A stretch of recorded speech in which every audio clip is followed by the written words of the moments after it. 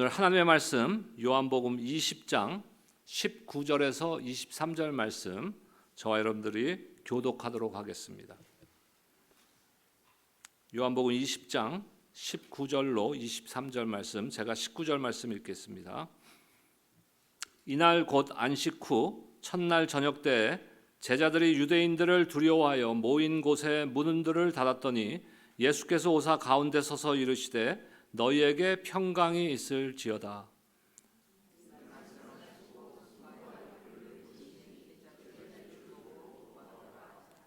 예수께서 또 이르시되 너희에게 평강이 있을지어다. 아버지께서 나를 보내신 것 같이 나도 너희를 보내노라.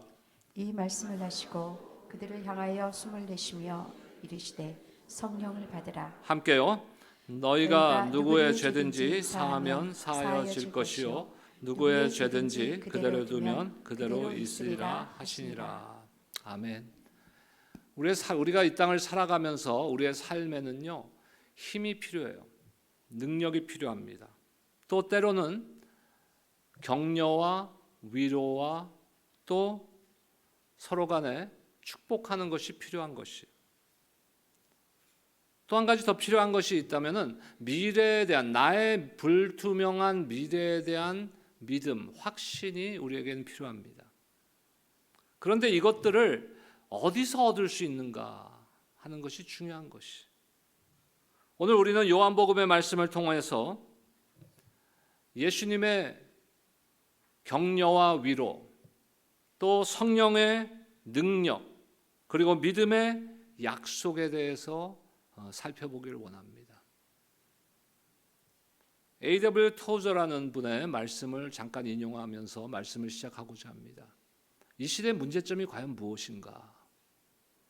이렇게 말씀하셨어요. 세상은 하나님에 대한 지식이 부족하여 멸망하고 교회는 하나님의 존재가 부족하여 굶주리고 있다. 자, 세상은 하나님에 대한 지식이 부족하다는 것은 우리가 이해하기가 쉬운데, 교회는 또 뭐예요? 하나님의 존재가 부족하다는 거예요. 우리는 하나님의 가족으로서, 하나님의 백성으로서, 하나님의 자녀로서 이곳에 모여 있는데 하나님의 존재가 부족하다 그러면은 우리의 존재 자체가, 가치가 없어져 버리는 거 아니겠습니까? 그렇다면 하나님의 지식이 세상 가운데 생기고 교회 가운데 하나님의 임재하심과 존재하심이 풍성하게 임하기 위해서 필요한 것이 무엇이냐 이거예요. 여러분 삶 가운데 여러분 무엇을 원하십니까? 여러분 삶 가운데 여러분들은 무엇을 원하고 살고 계시냐 이거예요. 여러분들의 삶 가운데 예수님을 필요로 하시고 계십니까? 큰일 났어. 대답을 안 하시네. 여러분들의 삶 가운데 예수님이 필요하십니까?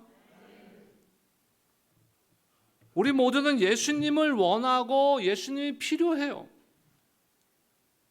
또한 우리의 삶과 교회의 사역 가운데도 예수님이 필요하고 성령의 역사가 필요한 것이에요.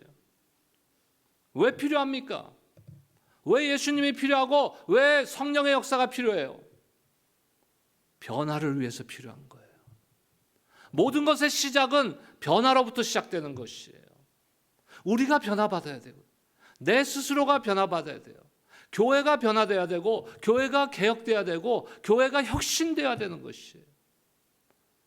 근데 그것을 만드실 분, 변화를 가져다 주실 분, 변화를 일으키실 분은 하나님 한 분밖에 없다는 것이에요. 그래서 우리에게 무엇이 필요해요? 바로 성령의 능력이 필요하다는 것이에요. 성령의 역사를 통한 변화가 필요하기 때문에 우리는 예수님이 필요한 거예요. 우리에게는 예수님이 필요한 거예요. 오늘 말씀을 통해서 우리의 삶이 변화되는, 이 세상이 변화되는, 우리 교회가 개혁되고 변화되는 진리를 깨닫는 시간이 되시기를 주의 이름으로 축복합니다. 변화를 위해서 우리에게 제일 먼저 필요한 것이 뭐라고요? 성령의 능력이라는 것이. 성령의 능력. 성령의 능력에 대해서 여러분들 어떻게 생각하십니까? 성령의 능력은 성경의 중심 주제예요. 그건 어떤 신비주의적인 그런 사람들에게만 해당되는 이야기가 아니에요. 성경의 분명한 중심 주제에 무엇이 있어요? 성령의 역사와 성령의 능력이 거기에 있어요. 우리 신앙의 가장 기초가 되는 것이 바로 여기에 있는 것이에요. 오늘 말씀을 보면요, 예수님께서는 숨을 내쉬며 숨을 후 내쉬면서 제자들에게 말씀하셨어요. 뭐라고 말씀하셨어요? 성령을 받으라. 물론 이 시대에 우리는 이미 성령을 받은 자들이에요. 의미가 조금 다를 수 있어요. 왜 그러냐면 이때는 아직 예수님께서 승천하시기 이전이기 때문에 제자들에게, 성도들에게 성령이 임하기 이전이에요. 제자들에게 숨을 내쉬며 성령을 받으라 했어요. 그러면 이 시대는 이걸 어떻게 생각하냐? 내 안에, 여러분들의 그 삶 가운데, 여러분들 안에 이미 성령이 내주하고 계세요. 근데 우리가 느끼든지 못 느끼든지 성령님이 여러분들 안에 계시다는 것이에요. 그러면 이 시대는 이것을 어떻게 받아들여야 돼요? 성령을 받으라는 의미가 내 안에 성령의 충만함을 받으라는 것이에요. 내 안에 내주하시는 성령께서 활발하게 충만하게 역사할 수 있도록 성령 충만을 받으라는 거예요. 저를 한번 따라합시다. 성령 충만을 받으라. 창세기 2장 7절에서도 보면요, 하나님께서 인간을 창조할 때 아담에게 생명을 불어넣어 주실 때 무엇을 불어넣어 주셨어요? 숨을, 호흡을 불어넣어 주셨어요. 한번 볼까요? 창세기 2장 7절 함께 읽겠습니다.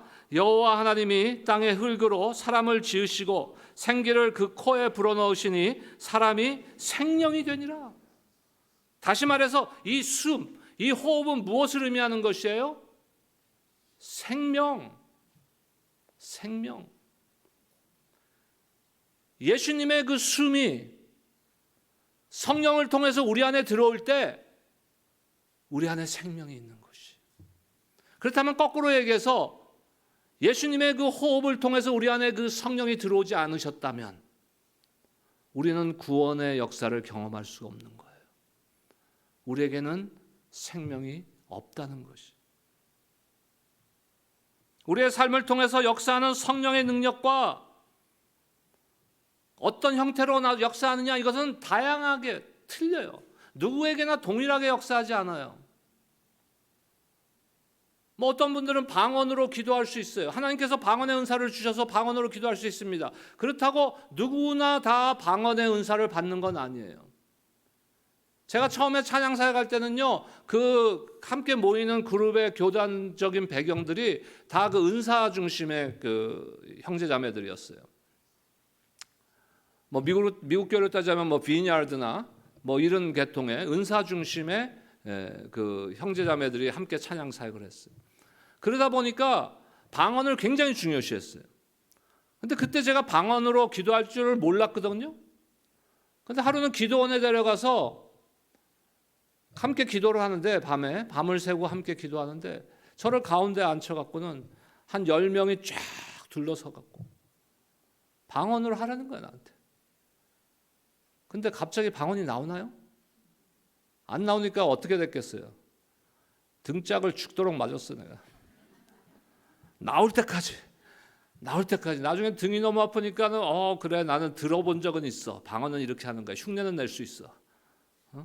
흉내라도 내야지. 근데 흉내를 내려고 하는 순간 터져버렸어. 근데 이게 누구에게나 필요한 건 아니에요. 그 형제자매들은요, 이거는 누구나 필수적으로 필요하다고 생각하는 사람들이에요. 하지만 누구나 동일하게 임하지는 않는다는 것이. 중요한 건 뭡니까? 어떤 형식으로 성령의 충만함이 나한테서 나타나느냐가 중요한 것이 아니고요. 그 성령의 능력을 통해서 내가 어떻게 변화를 받았느냐가 중요한 것이에요. 내가 어떤 사람이 되었느냐가 중요한 것이에요. 성령 충만함 받았는데 본인은 성령 충만함 받았다고 했는데 삶은 맨날 그거야. 세상 사람들과 차이가 없어. 그럼 왜 하나님께서 성령의 능력을 그 사람한테 주었겠어요? 하나님께서 우리에게 은사를 주시고 성령의 능력을 주시는 이 목적은 딱 하나예요. 그것을 통해서 무엇하라고요? 하나님께 영광을 드리라고. 딱 목적은 그거 하나예요. 내가 잘나게 보이기 위해서 하는 거 아니에요. 내가 받은 은사를 자랑하게 하기 위해서 하는 것이 아니에요. 그것을 통해서 교회를 섬기고 성도들을 섬기고 하나님께 영광을 돌리라고 주시는 것이. 하나님께서는 성령을 우리에게 주셔서 우리로 하여금 또 무엇을 하게 하십니까? 우리를 불러주시는 거예요. 다시 말해서 사명의 자리로 우리를 불러주신다는 것이에요. 제가 말하는 겁니까? 아니요, 성경의 기록이에요. 이거는 사도행전 1장 8절 말씀 볼까요? 함께 선포하겠습니다. 시작. 오직 성령이 너희에게 임하시면 너희가 권능을 받고 예루살렘과 온 유대와 사마리아와 땅끝까지 이르러 내 증인이 되리라 하시니라. 제자들, 성도들을 지금 초대교회 성도들, 제자들을 지금 하나님의 그 사명의 자리로, 복음의 파수꾼의 자리로, 복음의 일꾼의 자리로 지금 부르시는 거예요. 부르시는데 무엇을 전제로 해서 부르십니까? 성령이 너희에게 임하면, 아직 임하지 않았어요. 마가 요한의 다락방에서 이제 임할 것이에요. 이때는 임하면 무엇을 받으라고요? 권능을 받으라. 다시 말해서 성령의 능력을 받아라. 교회를 섬기는 일은요, 여러분들 교회를 섬기고 교회를 세우고 성도들을 섬기고 선교 사역을 감당하고 전도의 사명자로서 살아가는 것은요, 무엇을 받아야 돼요? 성령을 통한 권능을 받아야 돼요. 이거 없이 하면 어떻게 돼요? 1년이 못 가요. 아주 독한 사람, 자기 의가 강한 사람 3년 가요. 3년을 못 넘겨요. 무엇을 받으라? 성령의 권능을 받아야 돼요. 그래야 우리는 복음을 전하고 예수 그리스도의 이름으로 다른 사람들을 섬기는데 필요한 힘과 담대함을 얻게 되는 것이. 또한 성령은 우리를 모든 진리로 인도하신다 그랬어요. 진리로 인도하신다. 자, 진리는 뭐예요? 하나님의 말씀이죠. 하나님의 말씀을 여러분들 그냥 특 보면은 아, 이게 하나님의 진리구나 딱 이해가 됩니까? 우리가 백날 연구하고 공부해도 이해가 안 되는 거예요. 뭐가 없으면? 성령의 역사가 없으면. 성령의 역사와 인도하심이 있어야 성경을 읽을 때, 하나님의 말씀을 받을 때, 아, 이게 진리의 하나님의 말씀이라는 것을 깨닫게 되는 거예요. 요한복음 16장 13절입니다.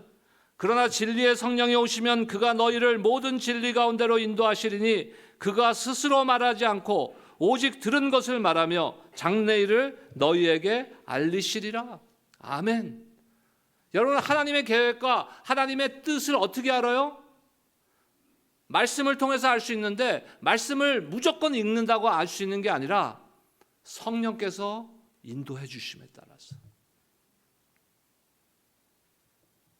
성령은 우리가 하나님의 말씀을 이해하고 우리에게 주시는 말씀의 교훈을 깨닫게 하고, 더 나아가서 그 말씀의 교훈을 가지고 내 삶에 적용할 수 있는 믿음까지도 우리에게 허락하시는 거예요. 우리가 말씀을 묵상하고 말씀을 읽고 말씀을 또 듣고 했을 때 가장 중요한 게 뭐예요? 어플라이 하는 게 가장 중요해요. 어플리케이션. 내 삶에 어떻게 적용할 것인가? 그것이 중요한 것이에요. 그냥 지식으로 남아있는 것이 진리의 그 메시지를 내가 받은 건 아니에요. 그것을 통해서 우리의 삶 가운데서 하나님의 뜻을 분별할 수 있게 되고, 또 우리의 삶에는 매일매일의 삶에 결정을 해야 되잖아요. 뭔가 선택을 해야 돼요. 결정을 해야 돼요. 올바른 결정을 할 수 있도록 성령께서 인도해 주신다는 것이. 그것을 통해서 우리는 성숙함을 이루는 거예요.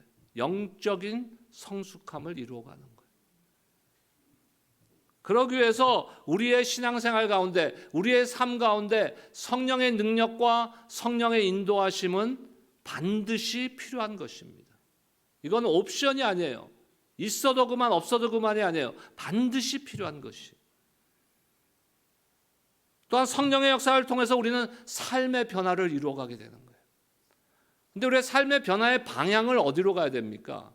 우리는 항상 어떤 양 아니면 속도 이런 것을 중점적으로 생각해요. 중요하게 생각해요.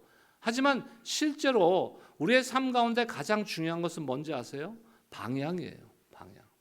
우리 자녀들을 키울 때도 우리 자녀들에게 가장 중요한 것은 이들이 공부를 잘하고 뭐 좋은 직장을 갖고 많은 돈을 벌고, 그거는 결과지. 부모들이 제일 못하는 게 뭔지 아세요? 그 자녀들에게 목적의식을 갖고 올바른 방향으로 살아갈 수 있게 하지를 못하고 있기 때문에 공부는 하는데 왜 해야 되는지를 모르는 거예요. 그러다 보면 성인이 돼요. 30세가 되고 40세가 돼요. 근데 세상에서 비즈니스를 하고 직장을 다녀요. 돈은 벌어요. 돈을 왜 버는지 모르고 벌고 있는 거예요.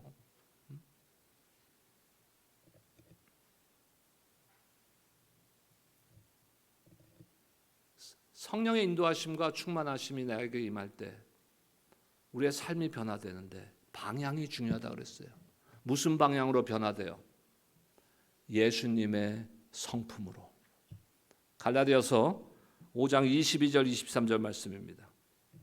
우리 함께 선포하겠습니다. 시작. 오직 성령의 열매는 사랑과 희락과 화평과 오래 참음과 자비와 양성과 충성과 온유와 절제니 이 같은 것을 금지할 법이 없느니라. 자, 이거 성령의 열매인데 성령의 열매는 무엇을 의미하는 것이에요? 예수님의 성품이에요. 예수님의 모습이에요. 그런 성령이 우리에게 임하고 성령이 우리를 인도하실 때 우리의 삶의 모습이 무엇으로 바뀌어야 돼요? 예수님의 모습으로 조금씩 바뀌어 나가야 되는 거예요. 또한 성령께서는 우리를 위해서 지금도 기도하고 계시다는 거예요. 저와 여러분들을 위해서 지금도 기도하고 계시는 거예요. 로마서 8장 26절과 27절 말씀입니다. 함께 읽겠습니다. 시작. 이와 같이 성령도 우리의 연약함을 도우시나니 우리는 마땅히 기도할 바를 알지 못하나 오직 성령이 말할 수 없는 탄식으로 우리를 위하여 친히 간구하시느니라. 마음을 살피는 이가 성령의 생각을 아시나니 이는 성령이 하나님의 뜻대로 성도를 위하여 간구하심이니라. 여러분, 성령께서는 지금도 하나님의 뜻대로 저와 여러분들을 위해서 간구하고 계시다는 것이에요. 우리의 연약함을 도우신다는 것이에요. 우리가 어려운 일을 당할 때 하나님께 우리가 어떨 때는요, 무엇을 지금 기도해야 될지도 모를 때가 있어요. 어떻게 기도해야 될지를 모를 때도 있어요. 그때 성령의 능력이 또 성령의 도우심이 우리를 위해서 기도해 주신다는 거예요. 성령의 도우심으로 우리는 인생에 실패하지 않게 됩니다. 우리의 영적인 생활이 약해지지 않고 강함을 받을 수 있게 됩니다.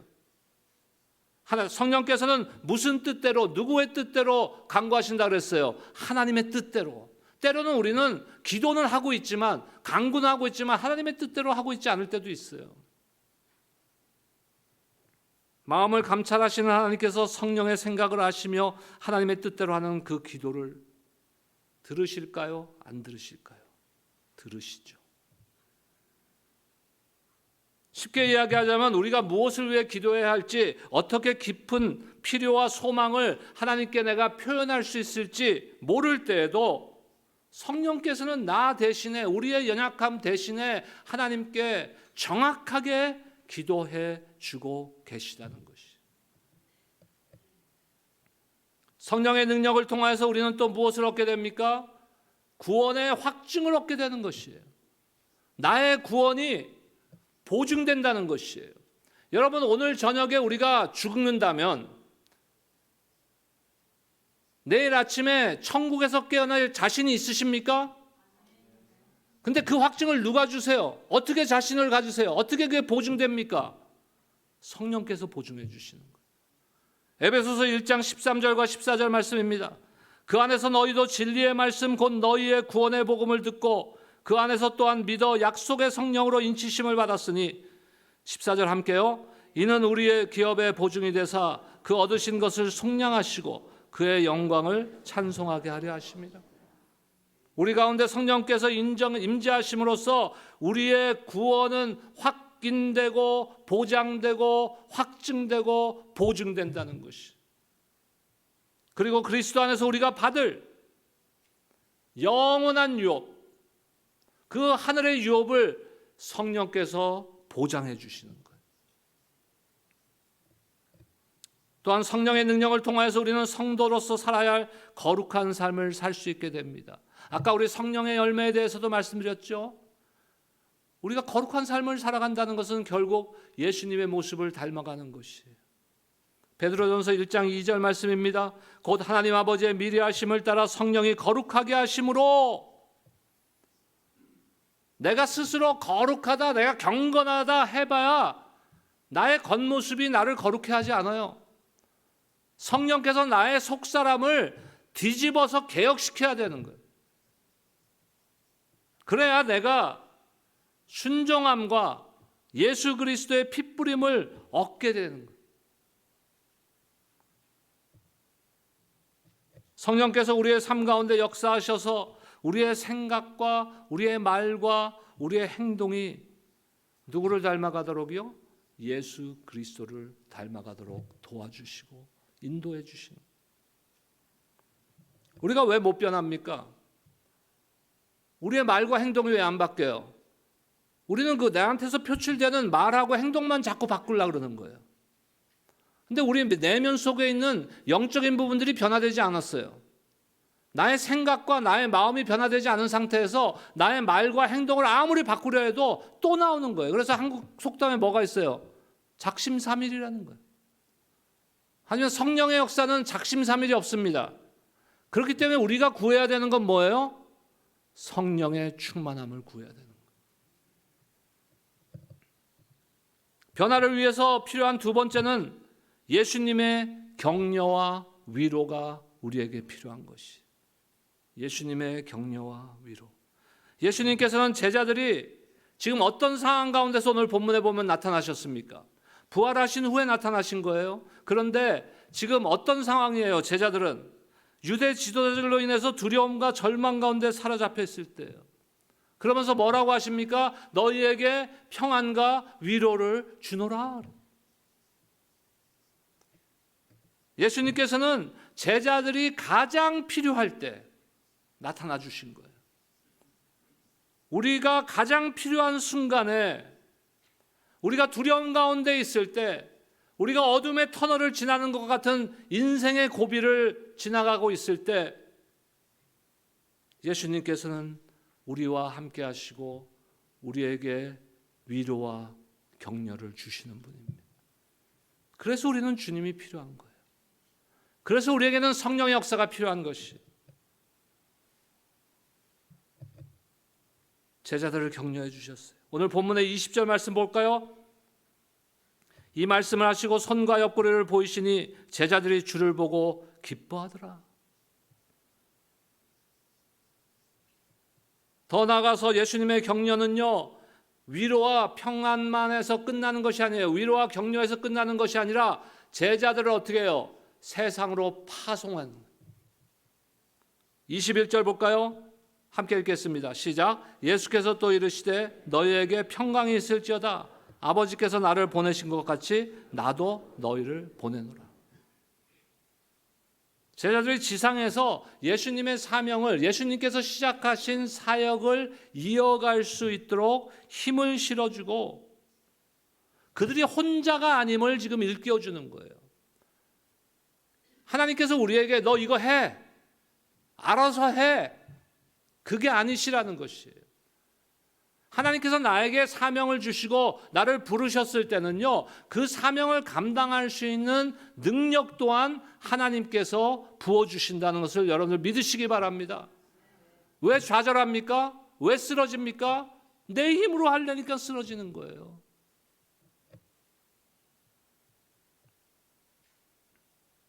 또한 예수님의 격려와 위로하심은 무엇으로 드러납니까? 성령의 은사로 나타나는 것이. 근데 성령의 은사는 왜 주셨다고요? 아까도 말씀드렸죠. 하나님께 영광을 돌리기 위해서. 우리가 하나님의 몸된 교회를 잘 섬기고 성도들을 잘 섬기고 세상에 복음을 선포하는 삶을 살게 하기 위해서.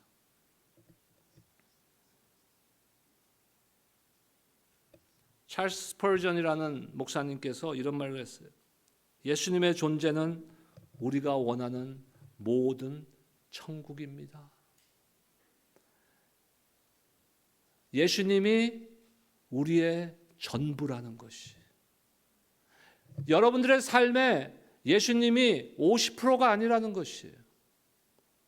뭐 비즈니스 할 때는 예수님과 관계없는 나의 비즈니스고, 교회 와서만 예수님과 관련 있는 삶이고, 그것이 아니라는 것이에요. 우리 삶 자체가 100%가 예수님과 함께 할 때 우리의 삶은 천국의 삶이 된다는 것이죠. 변화를 위해서 세 번째 필요한 건 무엇입니까? 믿음의 약속이 필요해요.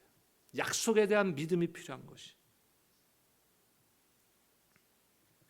예수님께서 부활하신 후에 제자들에게 나타나셨을 때 제자들에게 평강과 믿음을 주셨으며 죽음을 이기신 증거로 주님의 손과 옆구리를 보여주셨습니다. 지금 이 당시에 예수님께서 부활하신 몸으로 제자들에게 나타나셨을 때 제자들의 상태는 어떤 상태예요? 뭐 세상 말로 하면은 멘탈 붕괴, 멘붕의 상태였다는 것이에요. 그들이 따랐던 선생님, 그들이 따랐던 주님이 얼마 전에 십자가에 달려서 그냥 맥없이 죽으셨어요. 그들의 상태가 지금 그런 상황이에요. 절망의 상태예요. 어둠의 상태예요. 세상에 희망이 없는 상태였어요.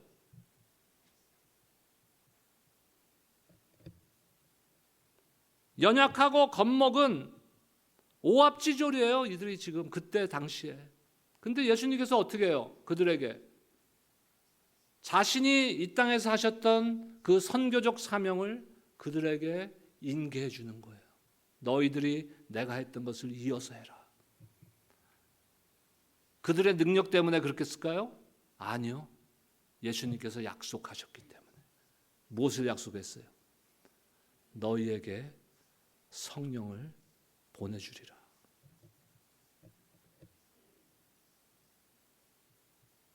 성령님은 그리스도와 함께 동행하는 모든 성도들에게 도움이 되어 주십니다.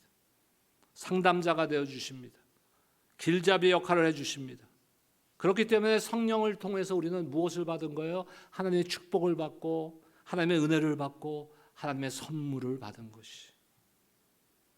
이 약속은 우리에게 위로와 희망을 줄 뿐만 아니라 우리 모두를 하나님께서는 제자들을 부르셨듯이 이제 구원의 사역, 선교적 사역의 사명자로서 우리를 초대하고 계시다는 거예요. 이 거룩한 부르심, 이 거룩한 부르심 앞에 우리는 어떻게 응답해야 되겠습니까? 거룩한 응답으로. 아멘. 아멘은 뭐예요? 동의하는 거예요. 하나님 맞습니다. 하나님 맞습니다. 나를 지금 거룩한 그 선교 사역에 나를 불러주셔서 그거 맞습니다. 내가 이제는 성령의 도우심을 받아서 성령의 권능을 받아서 그 사명을 감당하겠습니다. 땅 끝까지 이르러 제자의 사명을 감당하겠습니다. 증인의 삶을 살겠습니다. 모든 민족으로 제자를 삼아 아버지와 아들과 성령의 이름으로 세례를 베풀고 주께서 말씀하신 모든 것을 그들에게 가르쳐 지키게 하겠습니다. 그 아멘이 우리 안에 있어야 되는 거예요. 오늘 본문의 20절과 22절과 23절입니다. 이 말씀을 하시고 그들을 향하여 숨을 내쉬며 이르시되 성령을 받으라. 너희가 누구의 죄든지 사하면 사여질 것이요 누구의 죄든지 그대로 두면 그대로 있으리라. 오늘 말씀의 핵심은 뭐예요? 내가 성령의 능력을 받아야 되는구나. 물론 맞죠. 결론은 뭐예요? 하나님의 사명을 나에게 주셨는데 그 사명을 감당하라는 거예요. 그 사명은 뭡니까? 영혼 구원이에요. 너희가 누구의 죄든지 사하면 사여질 것이요 누구의 죄든지 그대로 두면 그대로 있으리라. 성령의 권능으로 우리에게 그 절대적인 구원의 권한을 위임하셨다는 거예요.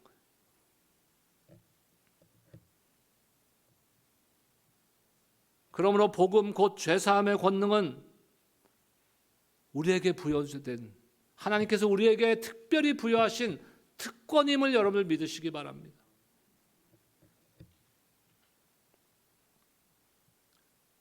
여러분의 삶이 어쩌면은요 그 당시 제자들의 삶과 같이 앞이 안 보일 때 내가 믿었던 구속이 사라진 거예요. 어려움이 닥치고 있는 거예요. 두려움이 닥치고 있는 거예요. 그래서 어떤 것을 내가 결정해야 될지 모르는 혼란스러운 상황에 우리가 접해 있을 때도 있습니다. 여러분들 가운데 그런 지금 긴 어둠의 터널을 지나고 있는 분들도 혹시 있을지 모르겠어요. 여러분, 오늘 말씀처럼 성령을 받으시기를 축복합니다. 이미 성령이 우리 안에 계세요. 그러니까 무엇을 받아야 돼요? 성령 충만함을 받으시기를, 성령의 권능을 받으시기를 주의 이름으로 축원합니다. 우리가 세상에 살아갈 때 어려움과 고난을 통과해야 할 수도 있습니다. 그런데 그것을 무엇을 가지고 통과하냐 이거예요. 앞으로 일주일간의 삶, 다음 주일에 저와 다시 만나는, 우리가 같이 만나서 예배드리는 그 시간까지 우리에게 어려움이 없다는 보장이 없어요. 어떤 일이 나에게 닥칠지 내일의 한 치 앞도 우리는 내다볼 수 없습니다. 무엇을 의지하며 살아갈까요? 썩어질 것들, 세상에 없어질 것들만 붙잡고 살아가겠어요? 끝내 우리를 일으키셔서 우리를 회복시켜 주실 뿐만 아니라 주님의 복음의 도구로 우리를 사용하시기를 원하시는 그 그리스도의 영이신 성령님을 의지하고 성령의 권능을 받아 한 주간도 주 안에서 승리하시기를 주님의 이름으로 축원합니다. 기도하겠습니다.